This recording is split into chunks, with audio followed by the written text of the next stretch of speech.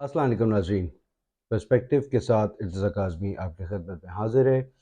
आज जिस सब्जेक्ट के बारे में हम थोड़ी सी बात करेंगे वो बहुत ज़रूरी है, इम्पोर्टेंट है, हम सब के बहुत करीब है। वो है रेमिटेंस। रेमिटेंसेस, होम रेमिटेंस, तरसीलात ज़र जो हमारे पास नॉन रेजिडेंट पाकिस्तानी, गैर मुल्की पाकिस्तानी मुल्क में पैसे भिजवाते हैं। मुल्क के लिए स्पेसिफिकली नहीं भिजवाते, ज़ाहिर है अपनी फैमिली को भिजवाते हैं, अपने भाई बहनों को, घर वालों को, पेरेंट्स को, बीवी बच्चों को। नेवरदलेस रेमिटेंसेस पाकिस्तान के अंदर एक बहुत कलीदी हैसियत रखती हैं इकोनॉमिक आउटलुक के अंदर, इकोनॉमिक सेटअप के अंदर, क्योंकि आप सबको मालूम है हमारे पास फॉरेन करेंसी की, डॉलर की पाकिस्तान में कमी है।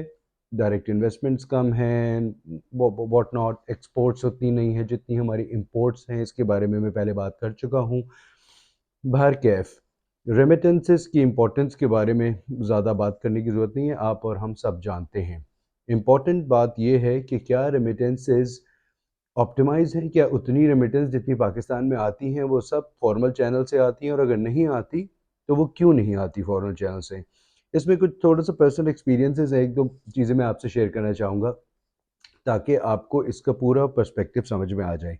आज से चंद साल पहले, तकरीबन प्रॉब्ली 2017 के अराउंड, मैं किसी जगह पे काम करता था जहाँ पे रेमिटेंसेस से रिलेटेड एरिया से मैं मुंसलिक था। मैं एक दफ़ा यूएई गया हुआ था, दुबई, शारजा स्पेसिफिकली। तो वहाँ पे कुछ लोगों से मुलाकात हुई, स्पेशली वर्किंग क्लास।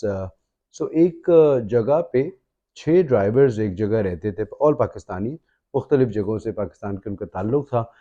तो मैंने उनसे पूछा, ज़ाहिर है उनको तरगीब दे रहे थे कि आप फॉर्मल रेमिटेंसेस भिजवाइए, मेरे बैंक के थ्रू भिजवाएँ जहाँ पे मैं काम करता था, व्हाट नॉट। तो उन 6 में से 2 आदमी फॉर्मल चैनल से बैंक के एक्सचेंज कंपनी के थ्रू पैसे भिजवाते थे, और 4 आदमी हुंडी हवाला से पैसे भिजवाते थे, और वो कन्विंस थे कि उन्होंने बैंकिंग चैनल के थ्रू नहीं जाना। ज़ाहिर है मैंने उनसे पूछा, जी क्यों, वजह क्या है? अब 2-3 वजूहात हैं जो कि बहुत ज़रूरी है हम सबको समझने के लिए, और पॉलिसी मेकर्स और डिसीजन मेकर्स के लिए। सबसे पहली वजह, रेट। जो प्राइसिंग उनको फॉर्मल चैनल से मिलती थी, उससे बेहतर रेट उनको घर बैठे उनके ख़ानदान को कैश रुपए पाकिस्तान में मिलने में ज़्यादा बेहतर प्राइस मिलती थी। फॉर एग्ज़ाम्पल, अगर 80 रुपए का दिरहम है आज, बॉल पार्क 75 हो, 80 हो, 85 हो, जो भी है, लेट्स से 80, तो उनको घर पे एक दिरहम के बस 80 रुपए के इक्विवेलेंट घर पे मिल जाता है। जबकि आप फॉर्मल चैनल से जाएंगे तो वो जो बैंक का रेट होगा वो कोई 2-3 रुपए कम होता है उससे।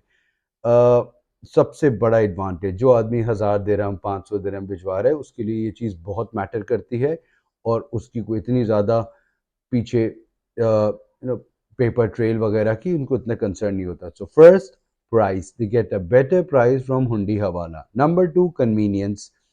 उसने कहीं नहीं जाना होता, उसने अपने आसपास जो भी लोग होते हैं वहाँ पे मौजूद होते हैं, वो कैश दिरहम उनसे लेकर उनकी वर्क प्लेस पे, उसको कहीं किसी एक्सचेंज कंपनी नहीं जाना, किसी बैंक नहीं जाना, अब उनके डेरे से वो पैसा लेके उनके घर पे पहुंचा देते हैं। कन्वीनियंस, तो प्राइस एडवांटेज, कन्वीनियंस, ये दोनों चीज़ें इनको मिलती हैं।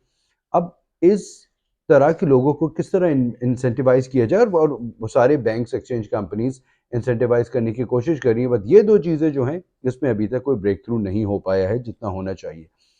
सो इस जिन में जब मैंने ये देखा तो एक कोई लोगों से मैंने बात की थी, उस वक्त 19 अरब रुपए की रेमिटेंस थी, 19 अरब, सॉरी, 19 बिलियन डॉलर्स की रेमिटेंसेस थी पाकिस्तान में 2017 के अराउंड, वट एवर।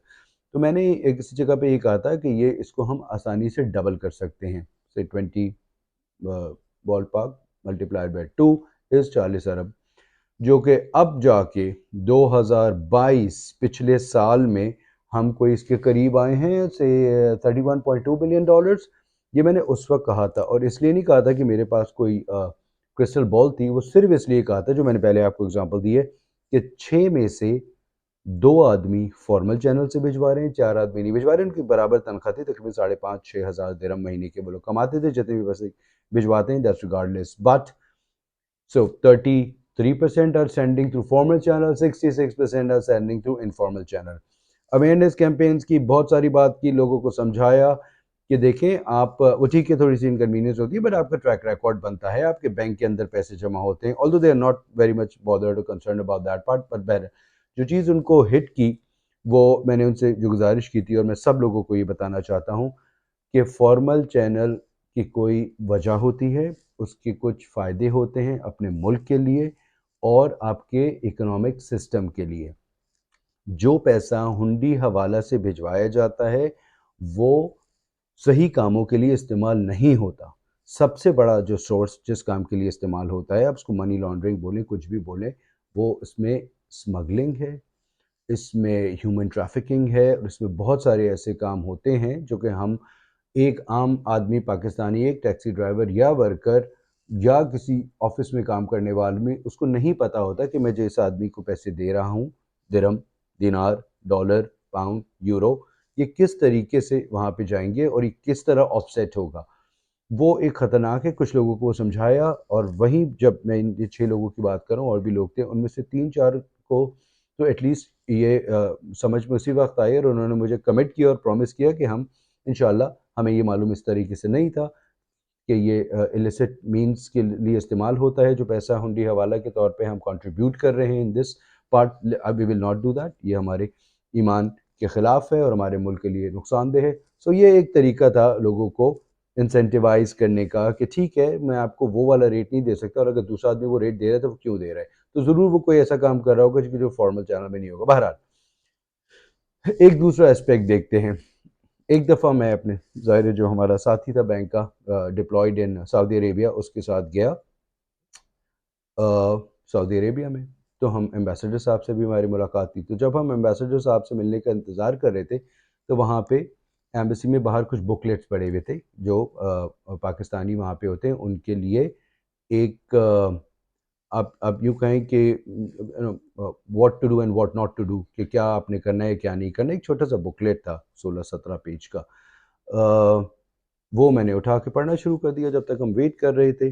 मैंने उसमें देखा, उसमें काफ़ी सारी डिटेल्स थी कि कफ़ील के क्या हक होता है या राइट होता है या आपका क्या वो है, और कोई मनशियात नहीं लेकर आना और फलाना एंड ऑल दैट, ये सारी चीज़ें थी।